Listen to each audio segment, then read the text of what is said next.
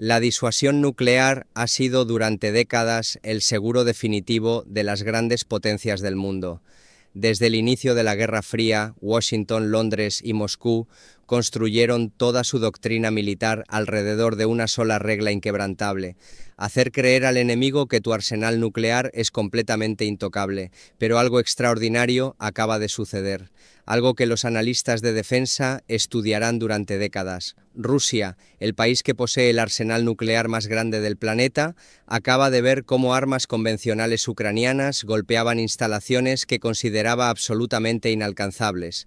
No hablamos de zonas fronterizas, hablamos de plantas de producción de misiles a más de 1.500 kilómetros, aproximadamente 932 millas del territorio ucraniano. Las mismísimas fábricas que ensamblan los misiles balísticos intercontinentales RS-24 Yars y RSM-56 Bulava, el núcleo del poderío nuclear ruso, fueron atacadas. Detente un momento y reflexiona sobre lo que eso significa. El análisis de hoy va mucho más allá del ruido del frente. Mientras nos aproximamos al tercer aniversario de la guerra, vamos a diseccionar la anatomía de lo que acaba de ocurrir, la tecnología detrás de los ataques, las implicaciones en el campo de batalla y qué hará Rusia a continuación. Hablaremos de los misiles FP-5 Flamingo fabricados en suelo ucraniano, del cierre simultáneo de los 4 principales aeropuertos de Moscú, de un avance territorial de unos 300 kilómetros cuadrados en el frente sur, de la feroz represalia rusa contra infraestructura civil y del colapso de las conversaciones de paz en Suiza, y lo que viene después. Esto no es una actualización de guerra ordinaria, es un punto de inflexión. Prepara tus mapas. En estrategia militar, lo que eliges atacar dice todo sobre cómo piensa una fuerza. Golpear tanques en la línea del frente prolonga la guerra. Golpear las fábricas que construyen los misiles que sostienen esa guerra. Eso corta el oxígeno por completo. Eso es exactamente lo que acaban de hacer las fuerzas ucranianas. Inteligencia verificada confirmada por fuentes abiertas, incluyendo United 24 Media y TVP World, revela que Ucrania llevó a cabo un ataque de largo alcance sobre una instalación de defensa crítica dentro de Rusia, a unos 1.500 kilómetros de la frontera ucraniana. Pero no era una fábrica cualquiera. Imágenes satelitales confirmaron que el sitio era el complejo activo de producción y ensamblaje de los misiles balísticos intercontinentales RS-24 Yars y RSM-56 Bulava. No son armas tácticas, son los sistemas que le dan a Rusia su asiento en la mesa de las superpotencias. Para quien vivió la Guerra Fría, las implicaciones son viscerales. Las instalaciones de misiles balísticos intercontinentales están rodeadas por las defensas aéreas más sofisticadas que existe. Sistemas S-400 y S-500, cobertura radar en capas, lo más avanzado disponible. Si Ucrania puede alcanzar estos sitios, Rusia no puede afirmar de manera creíble que protege su infraestructura nuclear de ataques convencionales. Eso no es un simple bochorno, es un colapso fundamental de la lógica de disuasión. Y el ataque no terminó ahí. Imágenes de evaluación de daños de batalla publicadas por RBC Ukraine confirmaron que las instalaciones de misiles balísticos Iskander de corto alcance, los mismos sistemas usados para bombardear ciudades ucranianas, también fueron golpeadas en la misma operación. ¿Y cómo lo lograron? Mientras los gobiernos occidentales pasaron meses debatiendo qué armas podía usar Ucrania, a qué distancia y bajo qué condiciones legales, los ingenieros ucranianos estaban resolviendo el problema ellos mismos. Aquí entra el FP-5 Flamingo. Según inteligencia de fuentes abiertas y reportes de campo del Odessa Journal, el Flamingo es un misil de crucero fabricado localmente con baja sección transversal radar, capacidad de vuelo rasante sobre el terreno y sistemas de navegación autónomos diseñados específicamente para contrarrestar el bloqueo GPS ruso y las plataformas de guerra electrónica. Pero dónde fue construido importa tanto como lo que puede hacer. Un reportaje de investigación de la BBC reveló que Ucrania ha construido silenciosamente una enorme red de fabricación de defensa subterránea, oculta en búnkeres soviéticos reconvertidos, minas reutilizadas y edificios que desde el aire parecen completamente civiles. Estas instalaciones operan 24 horas al día, 7 días a la semana, completamente aisladas de las dependencias políticas de la ayuda exterior. Ucrania no esperó permiso.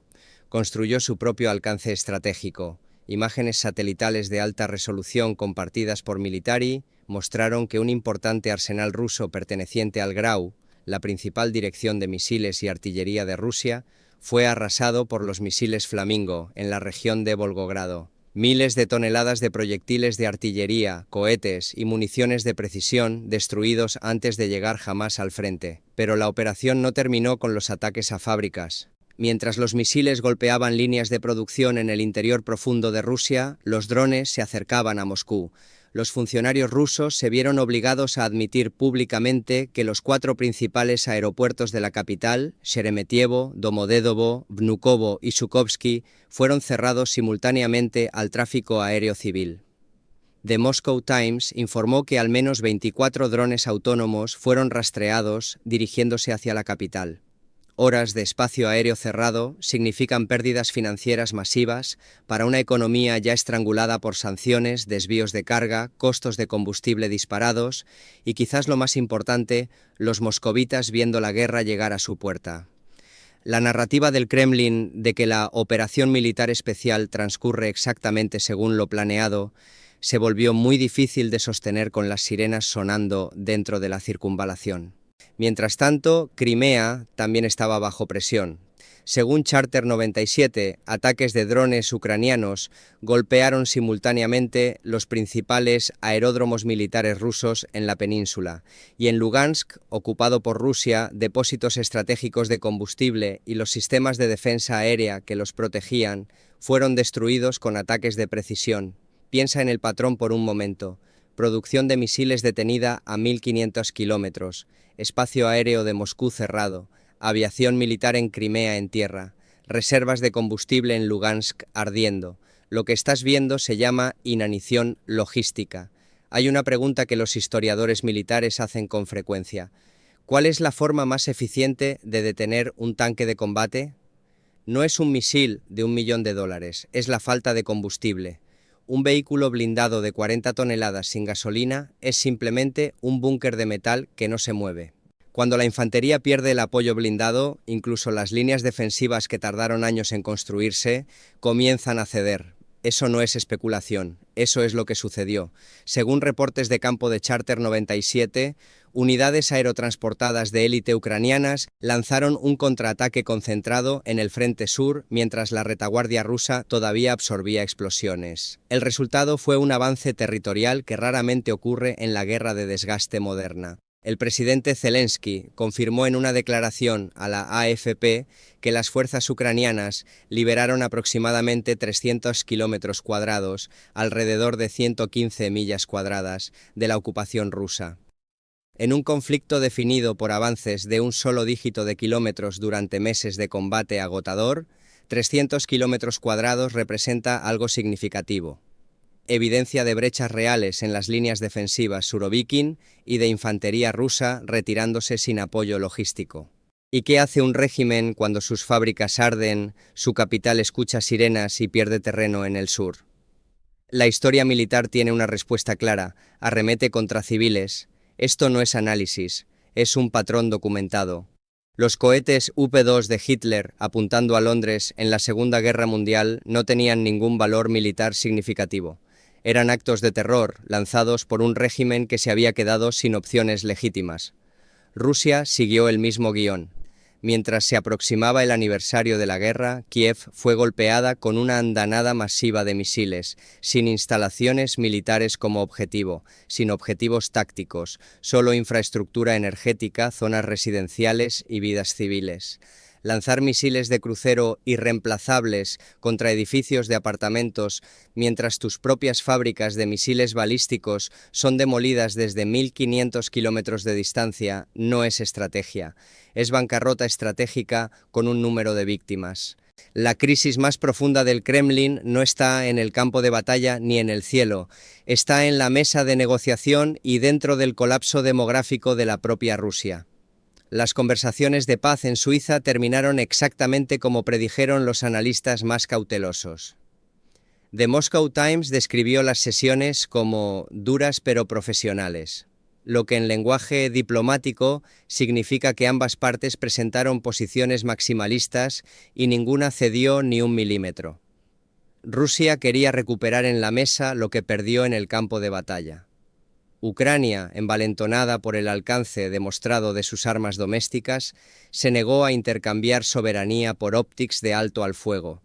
Cuando las conversaciones fracasan y las tasas de bajas se vuelven políticamente insostenibles, los líderes autoritarios históricamente alcanzan la misma palanca: movilización. Según inteligencia de Charter 97, Putin está preparando el terreno para una nueva y mayor ola de reclutamiento.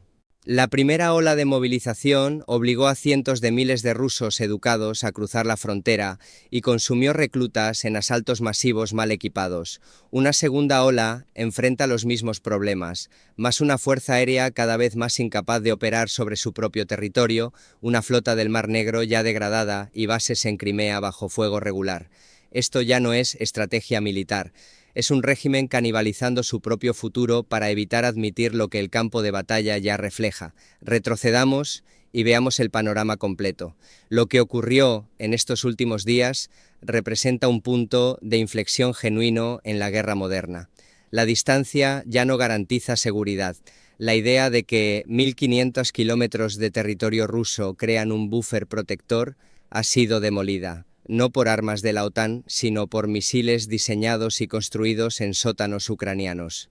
El fracaso de Rusia en proteger sus líneas de producción Yars y Bulava de ataques convencionales asesta un golpe serio a su credibilidad nuclear. Los aeropuertos de Moscú cerrando, 300 kilómetros cuadrados perdidos en el frente sur, conversaciones de paz colapsadas y una nueva movilización en camino. Estos no son eventos aislados, forman un cuadro coherente de presión simultánea en todos los niveles de la maquinaria bélica rusa. La guerra ya no se limita a las trincheras ucranianas, ahora se libra en el espacio aéreo ruso, en los corredores del Kremlin y en las fábricas que se suponía estaban fuera de alcance. Seguiremos rastreando esto a medida que evolucione, cortando el ruido para mostrarte cómo se ve realmente la estrategia detrás de los titulares. ¿Cuál es tu lectura? ¿Crees que la capacidad de ataque profundo de Ucrania ya ha cambiado el cálculo político dentro de Rusia? Comparte tu perspectiva en los comentarios. Los leemos de verdad.